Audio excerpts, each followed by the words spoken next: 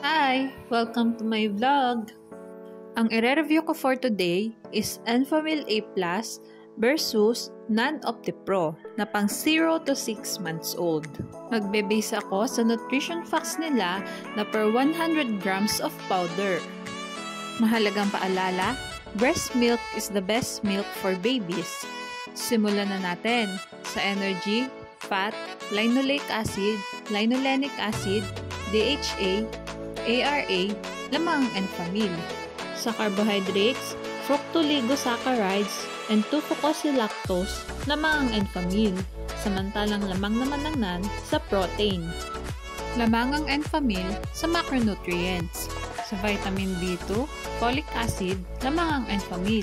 Samantalang lamang naman ang NAN sa vitamin A, vitamin B1, vitamin B3, pantothenic acid, vitamin B6, and biotin. Sa vitamin B12, vitamin C, and vitamin K, lamang ang Enfamil. Samantalang lamang naman ng NAN sa vitamin D and vitamin E. Lamang ang NAN sa vitamins.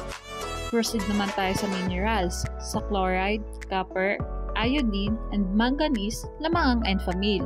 Samantalang lamang naman ang NAN sa calcium, iron, magnesium, and phosphorus. Sa zinc, L-carnitine, choline, inositol, and taurine, lamang ang Enfamil. Samantalang lamang naman ang NAN sa potassium, selenium, and sodium. At wala itong L-carnitine, choline, inositol, and taurine. Lamang ang Enfamil sa minerals. And sa other nutrients, sa nucleotides, lamang ang NAN. Sa phospholipids at sphingomyelin, lamang naman ang Enfamil. Ang summary nito ay sa macronutrients, minerals, and other nutrients, lamang ang Enfamil. Samantalang lamang naman ang NAN sa vitamins. Ngunit ang NAN ay may probiotics na nagsisilbing good bacteria. At sa pagtitimpla naman, sa isang scoop ng Enfamil na nakakapagtakal ng 4.4 gram at ang scoop naman ng NAN ay nakakapagtakal ng 4.63 gram ay dapat itimpla sa 30 ml na tubig.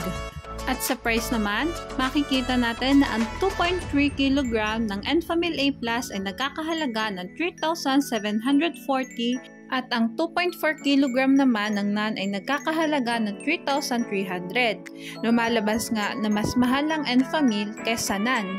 At laging tatandaan, pumili ng gatas na hiyang sa bata. Hanggang dito na lang po ang vlog ko. Thanks for watching! Please like and subscribe for more videos.